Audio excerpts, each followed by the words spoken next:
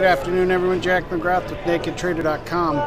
I think the idea of the day was this negative rates for the Swiss bank. So a flood for deposits has lowered the rate to negative. And I think the idea is carrying over. Is it going to happen in the U.S. or in Europe? Are we going to see that widespread? We did see a decent-sized buyer in the Eurodollar curve, front 8 contracts. The red March was the most specific one, over 40,000 traded, and it was definitely a buyer. So front 8 contracts in the Eurodollars, we saw good-sized buying. I think it was off of that idea is where that came in. But overall, not a lot going on in the marketplace. It's lack of volatility has gotten everybody down here. So you want to keep an eye on these S&Ps. We had a nice trade yesterday.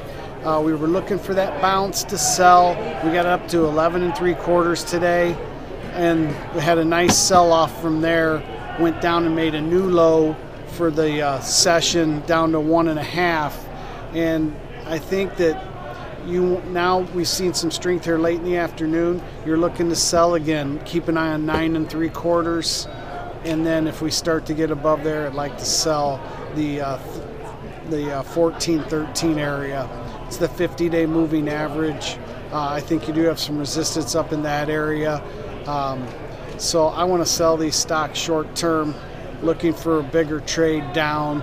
I think the 98.5 area is we could test, and that 1393 area remains a big jump up and down area.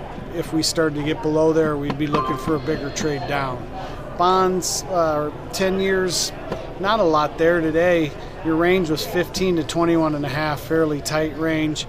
I will point out that 21.5 area, if you drew the line in the trend line off of the highs, that was resistance. It ticked it and failed. That was a decent trade, and I think you keep an eye on that 21.5 area. If we started to take that out, get above there and hold above there, you definitely are looking for another leg higher in the 10s. So that's it for now.